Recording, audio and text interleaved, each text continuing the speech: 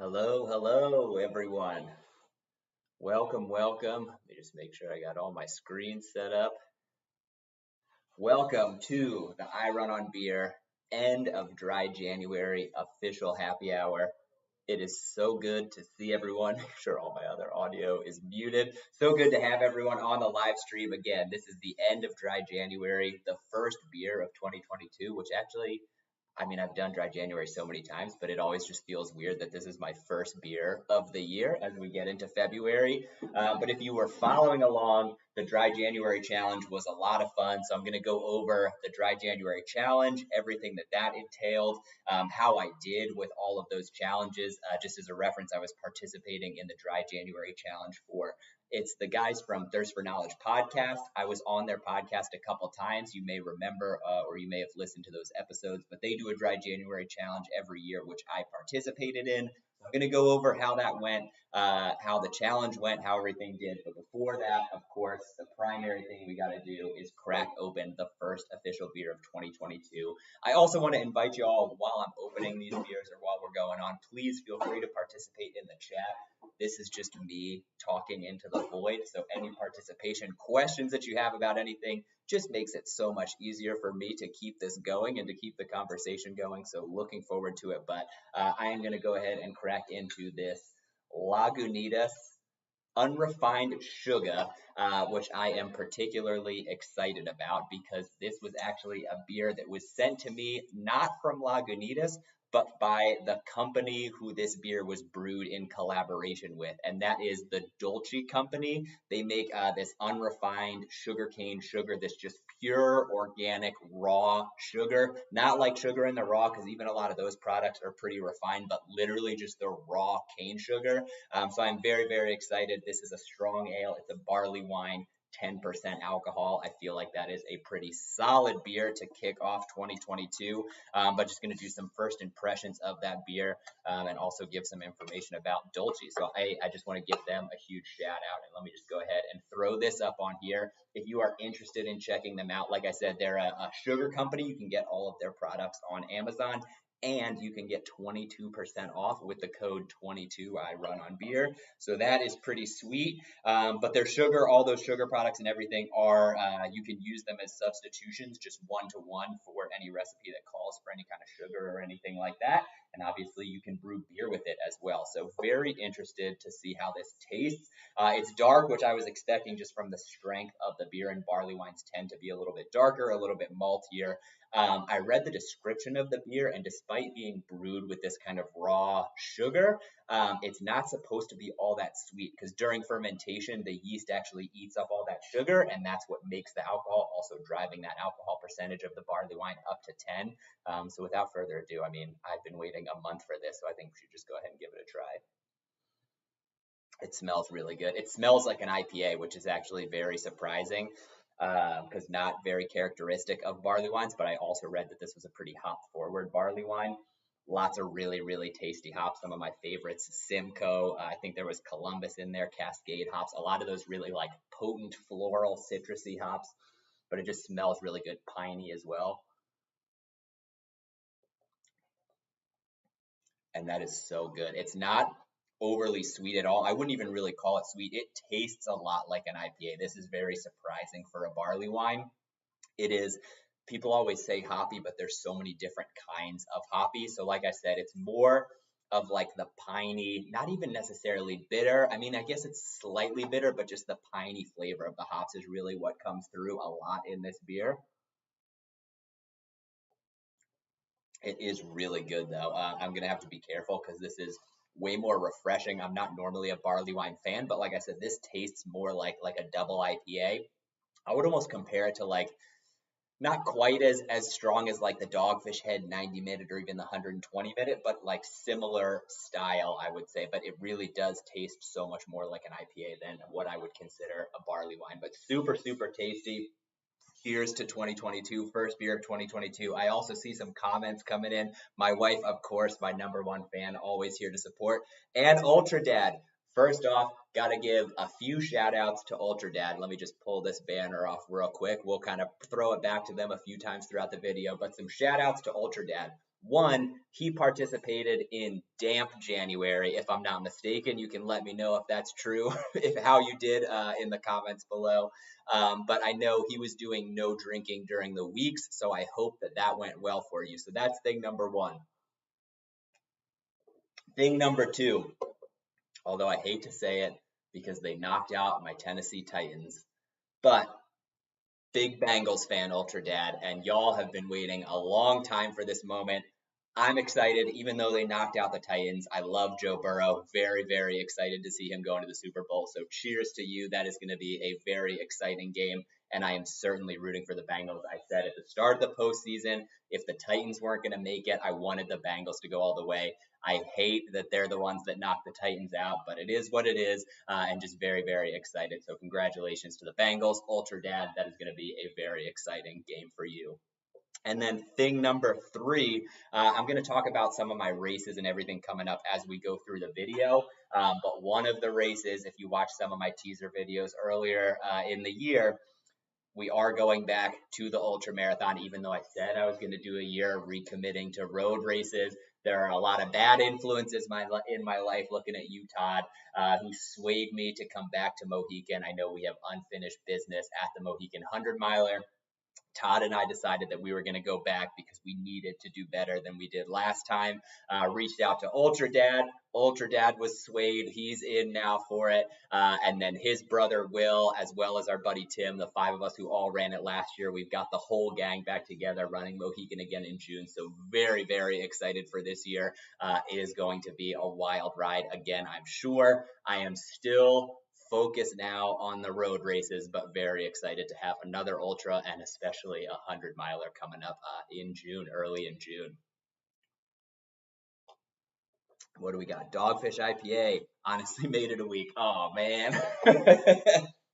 That's all right.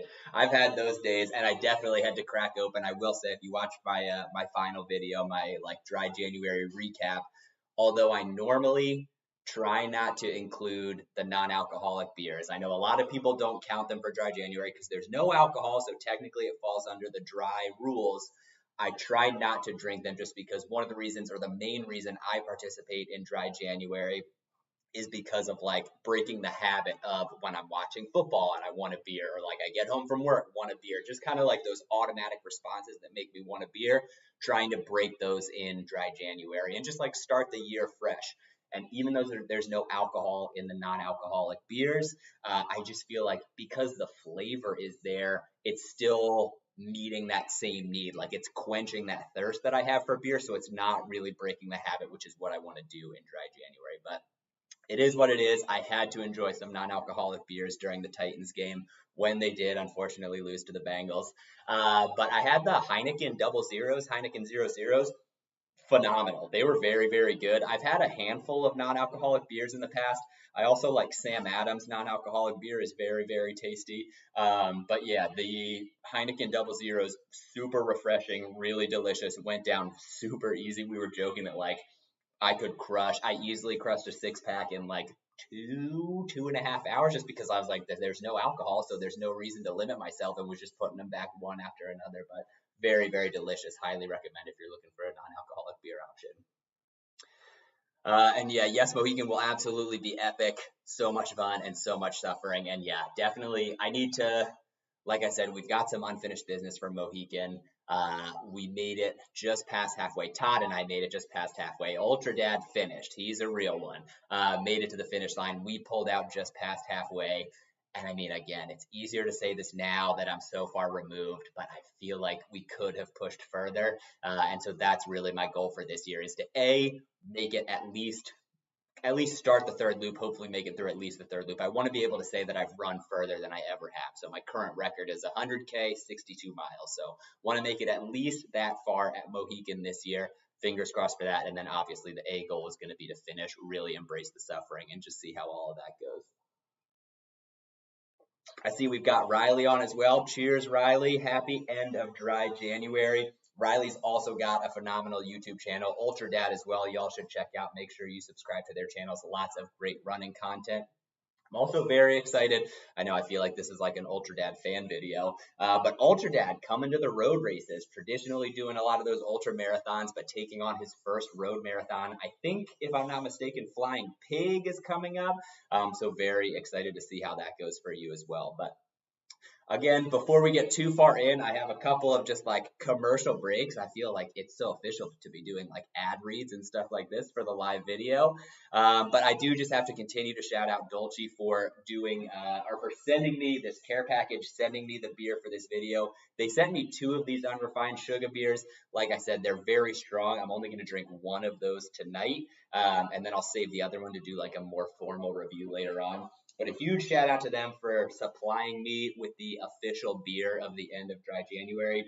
They also sent me this handy dandy care package. Full disclosure, obviously I had to open this to get the beer out, but I wanted to be surprised with what was inside, so I made my wife open it, put the beers in the fridge, and then reseal the box. So I have zero idea what's in here. I assume it's some delicious sugar products. Are there any non-alcoholic IPAs from Ultra Dad? So a couple that I've heard of that seem very promising. So the Sam Adams one, I think is called Nothing But the Haze. If I'm not mistaken, I think it's Nothing But the Haze. Delicious. That's like a New England style IPA, like a hazy, juicy kind of IPA, 0 alcohol, really, really good. Another one that I've heard of but have not tried is Athletic Brewing Company, who you may have seen. They sponsor like a lot of professional athletes. They're starting to sponsor a lot of endurance sports. I feel like I'm seeing them everywhere now, and I've only heard rave reviews about Athletic Brewing, but I think they have some IPAs as well. All right, let's get this open again. So Dulcie, just to kind of go over, so they are the sugar company, the unrefined sugar company that was used to brew this unrefined sugar barley wine with Lagunitas. So the sugar that they have comes directly from sugar cane, I think directly from Colombia. They sent a pretty cool video of how it's harvested, literally just like in these local fields, loaded up onto mules, carted into town where they're processed in the factory. And by processed, I mean the sugar cane is basically just ground down into the sap, dried out, and then create, I don't know, the process of steaming it and actually turning it into the sugar, but there's none of like the process bleaching it, mixing it with the chemicals to get white sugar. It's just literally taking the sap and converting that into the sugar. So very, very excited to be trying all of this. I got the unrefined sugar 6-pack. I might see if I can put this into one of my wall hangings of my beautiful new studio. And then, of course, I was hopeful to get some of the actual sugar to try. And I am especially excited for this because one of my challenges for Dry January, my nutritional challenge, was to find new healthy recipes to make. And I definitely stretched the meaning of healthy just a little bit, but I think everything still fits because all of the foods that I made are recipes from my Run Fast, Cook Fast, Eat Slow cookbook. So Shailene Flanagan's cookbook. I feel like they've got to be healthy, right? But one of the things I made was sweet potato Belgian waffles, which were phenomenal. And as soon as I started talking with the guy from Dulcie and about their sugar and everything, I was like, this is going to be perfect because I can substitute this in for the sugar that's used in some of these baking recipes that I've been trying. So very, very excited to give this a try. Again, if you want to try 22 I Run on Beer, you can get all their stuff on Amazon. It's linked down in the description of the video as well. But I'm also excited because not only can you brew beer with this, but he sent me some delicious cocktail recipes as well. So my wife and I have been trying to build out our bar and get a little more grown up with our cocktails. So excited to give this a shot and make some nice craft cocktails as well to enjoy with our craft beers. But going back to the Dry January chat, let me just see what else we got. Yes, Flying Pig. Gotta please the sponsors. Always, it's a necessity. But cheers to them. And again, I mean, they sent me free beer to drink for my first beer of 2022. Got to give them a shout out. Absolutely love it. And Ultra Dad, if you're still here, I would like to know what I know you've talked about it a little bit in your videos, but now that you're a little ways into training for the race, first, when is the race? But also, what do you think your pacing goal is going to be for that race, being it your first road marathon? Because I'm very excited to hear that. But yeah, other stuff that's going on. So I guess let's dive into the Dry January challenge. I'll kind of go over all of those aspects as well as how everything went. And again, if you have questions about anything, please drop them in the comments. If you want to know about like races that I'm training for, anything like that, I'll get to that in a little bit as well. But I mentioned I participated in the Dry January challenge put on by the Thirst for Knowledge podcast. They do it every year, and they've kind of been building up the challenge each year. So this year it was obviously the sobriety is the core kind of pillar of the Dry January challenge, but then everyone participating has to choose their own physical challenge, their own nutritional challenge, and their own mental challenge. Obviously, the sobriety piece went great. Had no problem with that. The physical piece and the nutritional piece, I didn't quite make this year. So the physical piece, I stepped up my goal from last year. Last year, I tried to do 3 strength workouts every week, including an upper body, a lower body, and a core workout. This year, I kept those same 3 workouts, but also tried to add in 4 additional mobility workouts each week, and that just became too much to handle. I actually kept up with it for most of the month, and then it wasn't until the last month of January where just things got crazy. I didn't do a great job scheduling those workouts in, and I just fell behind and couldn't get back on top of them by the end of the week. But I will say, despite not making that challenge, I still, like I said, held on for a long time through January, but then also built some of those workouts into my regular routine, specifically in regards to mobility. I got in a pretty good habit of doing kind of it, like a lot of these kind of long hold stretching routines. What I found very successful was doing these at night, like after dinner when my wife and I are just watching TV, throwing out a yoga mat and just kind of sitting. I would just set a stopwatch and again, just kind of go into a hold it for 2-ish minutes, go into the next one, and just go through like a 20 to 30 minute cycle of stretches. It's a really nice way to relax at the end of the day. And again, I know flexibility is something that I can really, really work on in my training. So very excited that I was able to successfully do that for most of the month and hoping that I can continue that because I feel like it's going to be a strong building block for the rest of my training throughout the year. From Riley, what's your number 1 craft cocktail recipe to recommend?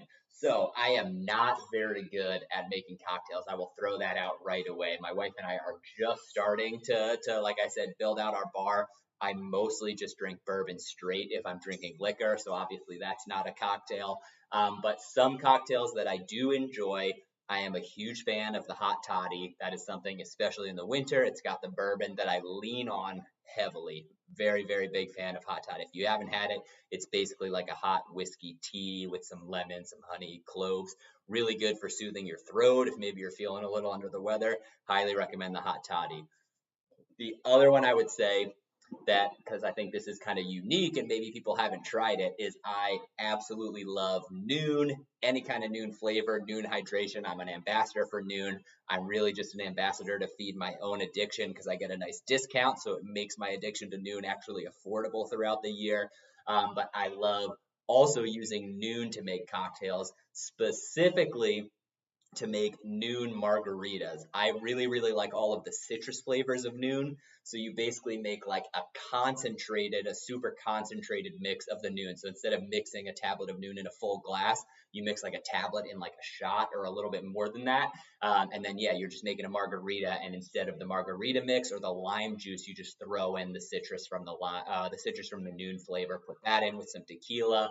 You have a delicious margarita, plus it's hydrating you while you're dehydrating yourself with the alcohol. So highly recommend. They have some official Noon cocktail recipes on their website, but very, very tasty. Absolutely recommend them. Okay, going back into the challenges. So we covered physical. As far as nutritional is concerned, going to take another sip of the barley wine. As far as nutritional is concerned, again, I tried to expand on my goal from last year, and I did a very good job, but I didn't quite make it. So my goal last year was to find and make 1 new healthy recipe every single week of the month. So 4 total recipes last year. Great. Had a great year last year. This year I was like, okay, I'm going to try to do the same thing because I love finding new recipes, but I can't just do 4 again because it's already been done. So I was like, all right, I want to do at least 1 each week, but I want a total 6 for the whole month. So just adding 2. and I didn't do that at all. I just made the 4, never doubled up on any of the weeks. So didn't make it for that recipe, but I will say some of the recipes I made were super delicious and are absolutely going to be things that I make again. One was a like sausage, spinach, cheese frittata. Very, very good. It made like a huge portion. So this was good. I like the breakfast things because I made a lot of them and I made enough to either refrigerate or freeze so that I could reheat them to eat as post-run snacks throughout the week. So the frittata was one, very, very good. Number 2 was those sweet potato Belgian waffles I mentioned. Those were incredible, very easy to make. The longest part of the process is just boiling and mashing the sweet potatoes because you use that basically as a substitute for some of the flour that you would use in the batter. So that takes a little while. It's a little bit longer of a process, but once they're cooked, it makes a ton of them. And I just froze all of the extras. And then after any of my runs throughout the week, I would just throw a waffle in the oven, heat it up, nice, easy, quick snack. I don't know if my wife is still on. She might be able to help me remember some of the other ones. I know the third we just had broccoli mac and cheese. So again, stretching the definition of healthy, but it's in my running cookbook, so I'm counting it. Also a very simple recipe. It was basically just elbow macaroni, broccoli, cheese, a little bit of butter, and salt and pepper. I think that's literally all of the ingredients, and it was phenomenal. So, so good. I also absolutely hate broccoli, and this made it bearable, so it's a great way for me to get in some of my greens. And I can't remember what the fourth one was. I feel like it had to have been a dinner, but I'm just blanking on it. So maybe it'll come to me as we go along. But that's the physical and the nutritional. So let's see what else has come in. Ultra Dad, trying to build a base right now. Treadmill when necessary. If I could crack 340, I'd consider it a success. Roads are much harder on the body than trails. Yes, absolutely. I was very, very interested to see what your thoughts were going to be on that, because that's exactly what I have found is my legs break down so much faster on the roads as opposed to training for ultras. As just to go over like my numbers. So my first marathon ever, I also ran it very early in my running career. And I finished, my goal was to just break 4 hours, and I ran in 4 hours and I think 19 seconds, if I'm not mistaken. I just barely missed it, but I was destroyed at the end of that race. I don't think I fueled properly. I definitely didn't do enough strength training or like endurance training or anything like that. I could make it, like I had the cardio training to get there, but my legs just fell apart by the end. I hit the wall at like mile 22 and it was brutal. That was a very, very rough race.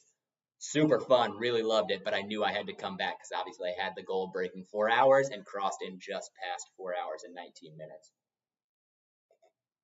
Sorry, 19 seconds, 4 hours and 19 seconds. Second marathon, Washington, D.C. This was after I signed on with my coach, went much better. I went into that race very well trained, definitely not the peak training I ever had, because I think the best shape I've ever been in was when I ran Bandera, and this was a little less than a year before that, but very, very well trained.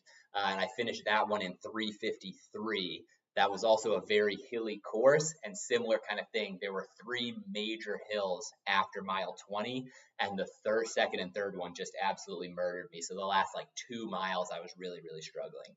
Third marathon was New York City this past year. Again, that race went phenomenal, but again, just kind of fell apart at the end with the hills. It's always just like the muscles in my legs fatiguing and just like crapping out. I always hit a point where, I mean, people talk about the wall.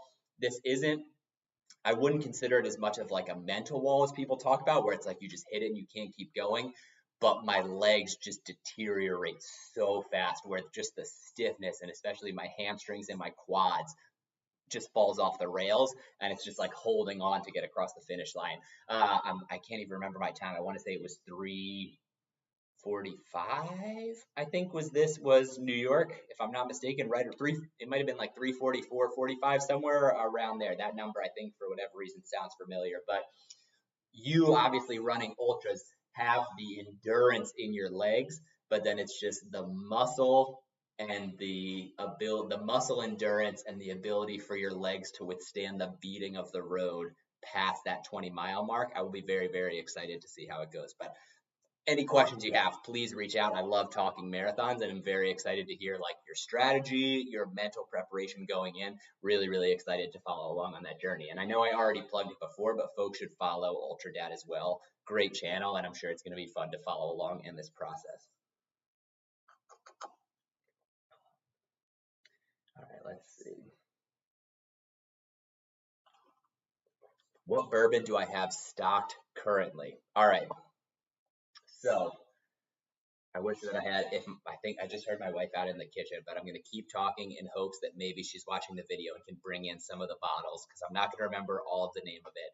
But Henry McKenna is my favorite. My dad introduced it to me. I think it was the first year. I'm not going to remember all the bourbon awards. My dad loves bourbon and knows all this stuff back, like inside out, backwards, everything. Loves bourbon. And he recommended this Henry McKenna bourbon. And I think it was the first year it had won Best in Show at whatever the award ceremony was. And he was like, this is a really good, affordable bourbon that you should have. And it's delicious. It's so smooth. It's very, very tasty. So I was able to get a bottle soon after that. But it has since continued to win prestigious awards every year and has become harder and harder to find and has gotten more and more expensive. But I have a couple bottles that I got early on, right when that had come out. And so that's one that I always try to keep stocked. And that's like my special occasion bourbon. Angel's Envy, I think, is the other one that I really like. It's in like this kind of fancy, weird, tall, thin bottle. It's aged in pork barrels, if I'm not mistaken. So it's just got like a smooth kind of sweetness to it. Very, very tasty. I'm a big fan of Knob Creek, also big fan of Bullet. I'll usually use like if I'm going to make a mixed drink with bourbon, oftentimes it will be with one of those two, but also fine to drink straight. Really, really tasty. And the only one I'm blanking on is we just recently got a bottle from a distillery out in Colorado that distills it with like the melted snow from the mountaintops. Blah, blah, blah. I don't know all that stuff, but it tastes really good. It's nice and smooth, easy finish. And then just recently, I still haven't picked up a bottle for myself, but got one for my dad for Christmas from a small distillery here in Brooklyn. It blew so many of the other bourbons I've tried out of the water. It was just so smooth, really, really good, really tasty flavors, almost like a subtle sweetness, but not sweet, if that makes sense, but just really, really good. So that's what I've got stocked right now in our liquor cabinet. And then Riley, yeah, noon cocktails. When I first discussed, we started mixing noon in cocktails pretty early on because I was like, this just seems like a good idea. It's putting electrolytes into the drinks that are going to dehydrate you. And then when I found out Noon had their own cocktail recipes, like a whole book of cocktail recipes, I was just like, oh my God, how have we never discovered this before? 10 out of 10 would recommend it. Is phenomenal. All right. This is going very, very well. I'm not sure if anyone is just tuning in, but if this beer that I'm drinking is the Lagunitas Unrefined Sugar barley wine. It's called a strong ale, but it's a barley wine style beer. Very, very delicious, but tastes more like an IPA than it does like a barley wine. All right. We went through physical. We went through nutritional. The only one left is mental. So the mental challenge for dry January, that was a new addition this year, was the mental challenge. And what I decided to try was, I've tried all different organizational styles to like track like task organization, priority lists, all kinds of stuff on the computer, on paper. And there's a bunch of, obviously balancing different kind of stuff that I have going on with stuff for YouTube, stuff for social media, for my website, plus work, plus personal life. Trying to find a way to organize all that stuff to just make sure that nothing is slipping through the cracks because it always has in the past. So I finally, after hearing so many people talk about it and sing its praises, decided to give some very basic practices of bullet journaling a try. I've always been kind of not turned off, but nervous about bullet journaling because it seems like kind of a cult. People go absolutely insane with bullet journaling. And the idea, like the aspect of having to create so much of the journal yourself, I was just like, this just seems like way more work than it actually is good for. But I'd heard really good things. I have a couple friends and family members who have tried it, sing its praises. So I was like, all right, I'll give some aspects of bullet journaling a try. The specific thing that I took on for my dry January challenge was habit tracking. And the idea of habit tracking is I basically had a page within my journal. I didn't get an actual bullet journal, but I have a notebook that has grid paper in it, so I just use that. And I think it was 6 habits that I was tracking for the month. So for each habit, I put like a heading for what it was. So like the mobility I had on there, the strength training I had on there, the meals I had on there, just things, not things that I was necessarily trying to do every day, but just some habits that I was trying to solidify in my brain throughout the month of January. And then under each heading, you basically draw out the calendar as a grid, like Monday, Tuesday, Wednesday, Thursday, Friday, Saturday, Sunday, and the weeks. You've seen a calendar, you know how it works, and just putting each day of the month, so 1 through 31 for January, and you just put the numbers down under each heading. And then at the end of every day, I would open up the journal and I would just highlight which ones, like which of those habits I successfully completed for that day. And again, the idea wasn't to force myself to do these things every single day, but was just to help refresh my memory or remind myself every day that like, hey, these are important things that you're trying to work into your routine.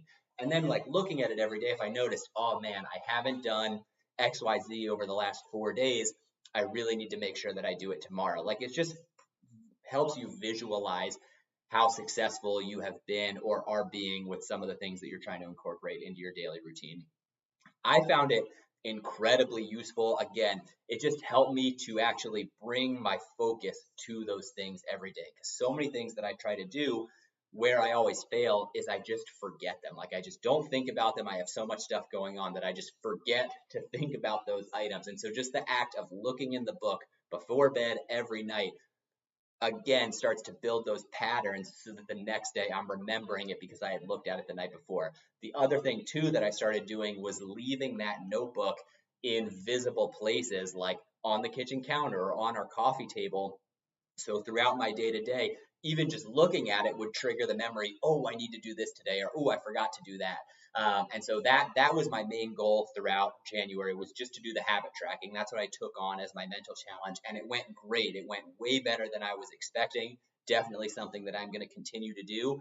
And then throughout the month, I actually picked up some other ideas behind bullet journaling or some other like theories or practices of bullet journaling, where you basically I don't know if this is going to make sense if you've never done bullet journaling before, but I think one of the main ideas, or at least from the one YouTube video I watched that I liked, was you have a 6-month view calendar of the next 6 months and the days and all of the things that you have planned, like important, big, like family birthdays you want to remember, vacations, big ticket items throughout those months. Then for January, I drew like a monthly calendar of January, and I moved all of the things from the 6-month view onto that calendar, as well as like some other tasks that I was going to have coming up throughout the month. And then every week, going from the monthly view to the weekly view, every week I would draw out all 7 days of the week, and I would just start with Monday and kind of look at all the stuff that I had going on and what tasks I had and put them first, highlighting the top 3 priorities for the day, and then under that listing any other tasks that I want to get to. And everything's a bullet point. That's why it's called bullet journaling. And then at the end of the day, you go through and you have kind of like crossed off things that you've taken care of. And then anything that you haven't done, you have to decide, am I moving this to tomorrow, or is it not important and I can just get rid of it? And so it's basically every day you're moving all of your tasks to the next day. And again, I think what has been really successful for me is the repetition of that. So starting with the 6-month view, pulling those tasks into the monthly view, pulling those tasks into the weekly view, and then moving all of those tasks day to day. It just really helps me keep track of all of the things that I have going on. And again, started as just habit tracking, but ended up paying off so much more than I would expect it. So I'm keeping up with it through February. We'll see if it sticks. So far, so good. It is annoying having to like draw the monthly calendar, draw the weekly calendar each week. Some of it, like part of it is meditative. It's a nice way to just kind of like focus and relax and just do like a very easy task of just drawing lines on paper. But it does seem tedious at times because it's another thing that you have to schedule into your day. But again, the benefit is definitely outweighing the negative of me just not enjoying that piece of it. But so far, so good, really enjoying it. So nailed the mental aspect of dry January. didn't quite make the physical and the nutritional, but then also nailed the sobriety piece. So overall, I would consider Dry January a success, which is why I am fully intending to enjoy this barley wine. And I don't think I'm going to make it to another beer just because I'm kind of nursing this live. Since I'm also talking so much, but I have another Lagunitas in here if I so choose to, but celebrating a fantastic Dry January.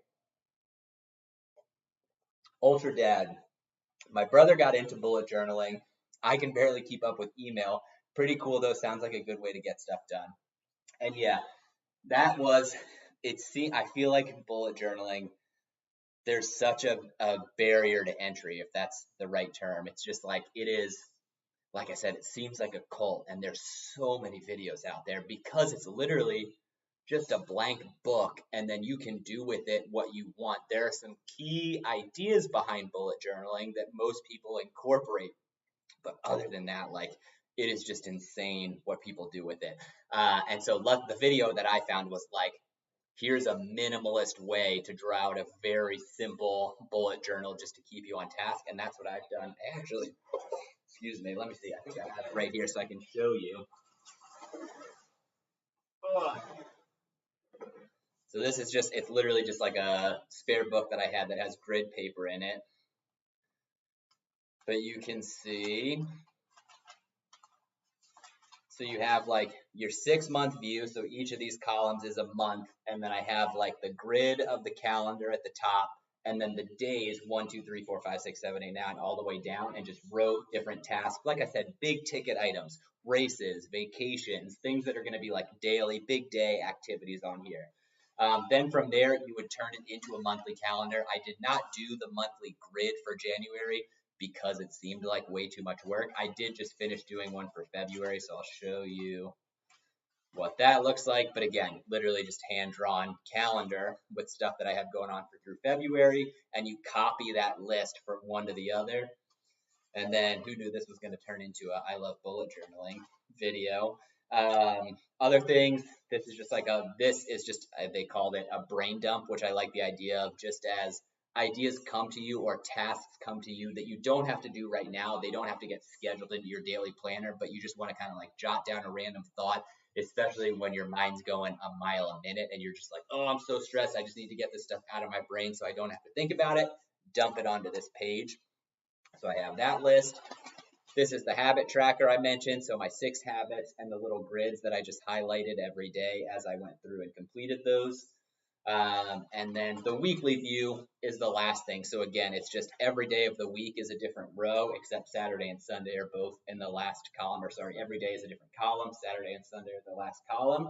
And then I had my top 3 priorities at the top in order, and then anything else that I needed to get done throughout the day listed underneath of that. And then basically what you would do is anytime you so like I said, all your tasks are just bullet points. That's why it's called bullet journaling. Every time you complete something, you just fill in the whole grid of the square. Then it's very obvious that this is done. If something becomes irrelevant, you didn't do it, but you don't have to do it anymore. It's unnecessary. You cross it out. And then if it's still a bullet at the end of the day, that's when you either have to cross it out or you turn it into like a little arrow pointing to the next day, and then you just copy that bullet point over to the next day. So relatively easy to set up. Again, I think people go absolutely insane with bullet journaling, and some of it's really cool. If you have a ton of free time, good for you, because I definitely see the benefit now, but I do not have time for all of that fancy stuff, so just trying to keep it as simple as possible. But today was the day that I drew out my February calendar, put my my habit tracker together for this month, and drew out the first week. And so just, again, I have definitely seen a benefit and looking forward to continuing to track that and see how it goes. Man, I always remember at this point through the live stream how much talking I do during these things and how tasking that is on my voice.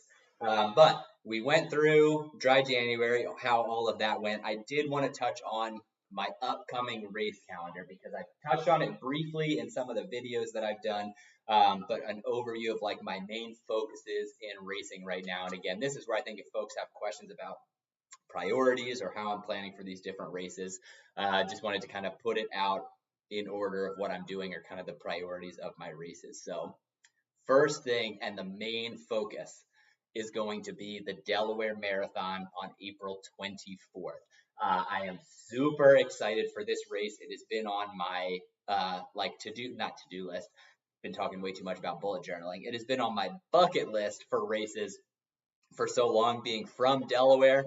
I was going to say my beer cat map of Delaware is up here, so I can't show you. But being from Delaware, absolutely love the state of Delaware. First state, first love. Huge fan of all things Delaware. I ran my first race, my first marathon in Delaware. But this race in particular runs right past the house that my parents still live in, that I grew up in. And so just very, very excited to be running through a lot of the neighborhoods that I grew up in. It also starts and finishes at a new beer garden that has opened up since I moved away. But every time I go back to visit is one of my favorite places to stop by. Gonna run past the riverfront, just like a lot of landmarks from my childhood. So I feel like it's gonna be a super fun race, but also, as I said, wanting to dedicate more time to road racing and specifically marathons. I am just really excited coming off of New York City and with the lessons that I learned from that race, being able to really spend a lot of time focused on dedicated marathon training to see what I can accomplish. I would like to get into like the 3:30s at this race if possible. It's relatively flat.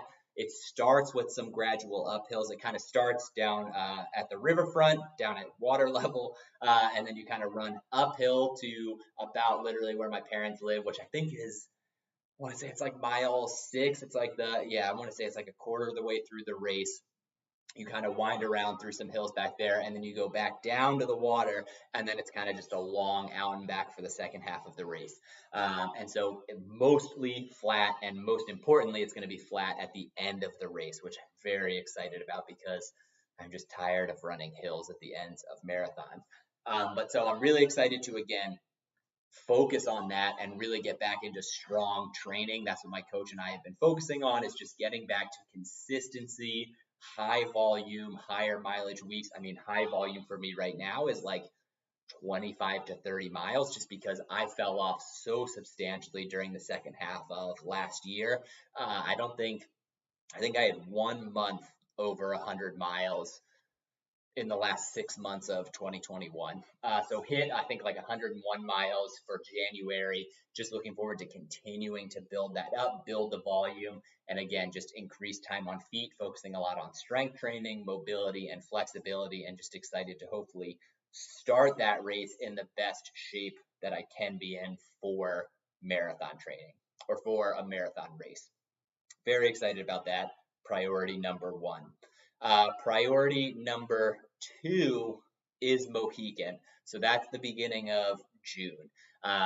So again, I'm really going to dedicate all of my time to focusing on this April race. We're going to have a little over a month between the Delaware Marathon and Mohican. So training for the Delaware Marathon is really going to be my base building for Mohican. And then in the interim between the Delaware Marathon and Mohican, it's just going to be about continuing to add on volume, get in some really long duration efforts, maybe some 2-a-days, running on tired legs, just building up that muscular endurance to hopefully make it through those 100 miles in Mohican in June. So those are the 2 primary goals right now.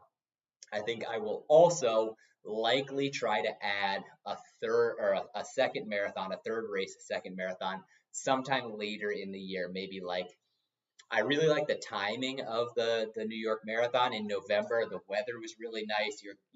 It's late enough into the fall that like training for the end isn't as unbearable as like those summer months. Training for a fall marathon, God bless people who do it every single year, because summer training is just brutal, especially like speed and things like that and the humidity. But adding maybe like an end of October, mid to late October, early November marathon as like a B or C goal for 2021. So that's the overall structure for the year. Other things to consider. In March, the David Goggins challenge is happening again. And I am just excited about ridiculous challenges that normal people don't do because it sounds crazy. And so I will absolutely be doing that. I forget the exact date of it. It's sometime in March. It's written in my bullet journal. But it is a 48-hour period, for those of you who are unfamiliar with the David Goggins challenge, where you run 4 miles every 4 hours for 48 hours. So you run a total of 48 miles over 48 hours, and you're doing that in 4-mile increments every 4 hours, if that makes sense. So like if you're starting at 8 a.m., you run 4 miles at 8 a.m., come home and rest. Then at noon, you run another 4 miles. And then at 4, another 4 miles. At 8, etc. And you go straight through the 48 hours.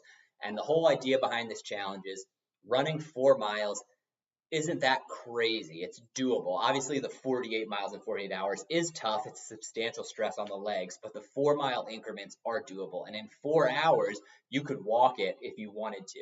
And then however much downtime you have between that 4-hour interval is your break time before the next one begins. But the whole idea behind this challenge is that it is mentally fatiguing. I've done it once before, and especially overnight and at the very end of that second day, when the fatigue, the mental fatigue really sets in, your legs are exhausted by this point because doing those 4 hours kind of on, off and on, your legs just stiffen up because they loosen up on the run, and then you go to sleep or take a nap and they really stiffen up. And then you're just tired because you can only sleep like 3 hours at a time. And that's if you like run, get back and go right to sleep without eating or anything. So you just kind of have a little bit of sleep deprivation. You're running on tired legs throughout the majority of that challenge. So although it's not physically as demanding as it would seem, mentally it's draining. And so I love the idea of that. I also feel like that will be hopefully good preparation and mental training for Mohican. So very, very excited to take on that challenge. I see we have some more comments coming in after I get a sip of this beer. And what do we got? I did a marathon from Todd. I did a marathon 2 years ago, but been busy with home remodel since, just getting back to running because I surely enjoy my beer, so need to drop a few pounds. I do almost all my running on treadmill due to roads too rough on an old man. I can certainly appreciate that. I personally try to avoid a treadmill at all costs, but even I mean, recently, especially with all the snow that we've gotten and just none of the roads are really plowed all that well. The trails that I run on aren't plowed at all. And by trails, I mean like bike paths, not plowed at all. So impossible, have to resort to the treadmill. But I very much appreciate the want to get back into running as a way to balance the beer and the diet, because that is, I mean, the reason I came up with I Run on Beer and the reason that I started running so much more than I had been previously was because I just hit a point right after my wife and I got married where my metabolism was just like, hey, you're not a kid anymore. You're not in college. You can't just eat whatever you want. And I started to put on weight pretty quickly. Also just started to feel terrible, like not great. Sleep was awful, and I was like, okay, I need to change something. And I like the food and the beer too much to dedicate to like a really strict diet.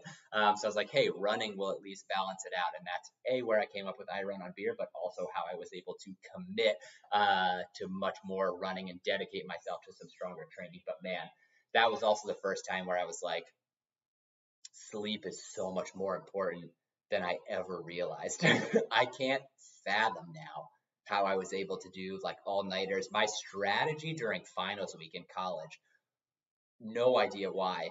Most of the time my finals were like stacked at the beginning of the week for like the first 2, maybe 3 days. And so my strategy would just be to stay up from whenever my first final was. I wouldn't sleep until I finished my last final. And part of it was like the fun of like the marathon, the cramming, like the enjoying of that. But then I would just absolutely shut down once I finished my last final. And then, like, of course, all the college parties and things like that. But looking back on that, I'm just like, Jesus Christ, how could I have survived staying awake for 3 straight days on nothing but like ramen and Red Bull? Do not recommend it. Oh my God, it was horrible. But yeah, that was a wake up call in my mid 20s. Then Ultra Dad, yes, Mohican. Delaware will get you in great shape. And yeah, Ultra Dad has also been on the treadmill. I've seen those videos. I mean, it is just par for the course this time of year. I think it is, at least from my perspective, and maybe it's because my wife and I recently moved, so where we're at now is just so much windier, but it seems like winter has been much more brutal on us this year than it has been in the past or any of the last several years that I've remembered. I've never had to resort to, I've always been able to run inside, no problem.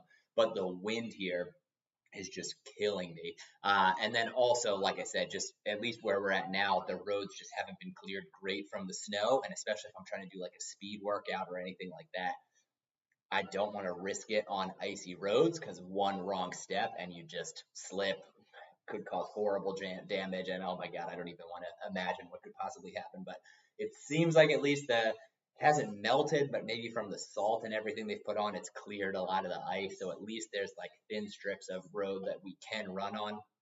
I'm very frustrated because we have this long, beautiful, like 6 mile boardwalk on the beach. That's where I run every single morning. And the first snowstorm we got, the next day I went out to run and it had been plowed. And I was like, this is beautiful. Not the whole thing, but like a thin strip, just enough for bikes and runners. And I was like, great. I love that this place is committed. The area we live in is committed to keeping this path clear so people can continue to get out and exercise. Went out there this morning expecting the same thing since it's a few days after we got the snow and it is untouched and there are just massive drifts of snow, absolutely nowhere to run. So very frustrated with that. I don't know who I can write to be like, please just have someone with that little ATV plow, just make like a single track that we can at least use so that people who want to get outside can. All right. Unrefined sugar in the books, the first beer of 2022. Delicious. I'm going to throw it back up on the screen. Back to the sponsors for tonight's live stream. You may be able to tell I'm feeling a little warm in my cheeks. Again, that was a 10% barley wine. Really, really tasty. I'm usually a big fan of Lagunitas beer in general. This one specifically, like I said, the unrefined sugar is brewed in collaboration with Dulcie, which is an unrefined sugar company. Sugar created directly from raw sugar cane and literally just like mashed down into the sap and then sap converted directly into sugar. None of the processing, none of that. And so Dulcie was kind enough to send me some of these unrefined sugar beers. Delicious. 10 out of 10 would recommend. If you can get your hands on these, try it. I saw it looks like Lagunitas has an online ordering ability on their website. Definitely check it out. It doesn't taste like a traditional barley wine. It tastes more like a double IPA, I would say, like the hop flavor, the piney flavor from the hops in there. Very, very tasty. Highly recommend this beer. But if you want to check out the sugar as well, great for any recipes, cooking, anything like that. Amazon.com/Dulcie. And again, you can use that code 22 I Run On Beer for 22% off your order. All of that is linked down below in the description. But other than that, it is getting somewhat late, and being a morning runner, we have to get up early tomorrow morning. So I just want to say thank you to everyone who tuned in. I really enjoy doing these live videos. This one, I probably could have put in a little bit more planning and forethought to put it out earlier than this morning. Thank you to all of you who saw it and joined us for tonight. I hope you enjoyed joining me for my first beer of 2022 to celebrate the end of dry January. Very excited that it is here. Very excited to continue my running journey in 2022 and my drinking journey now that I can finally get back to trying all the fancy new beers that I have been lusting after throughout dry January. But thank you as always for tuning in, and until next time, I will see you around. Cheers.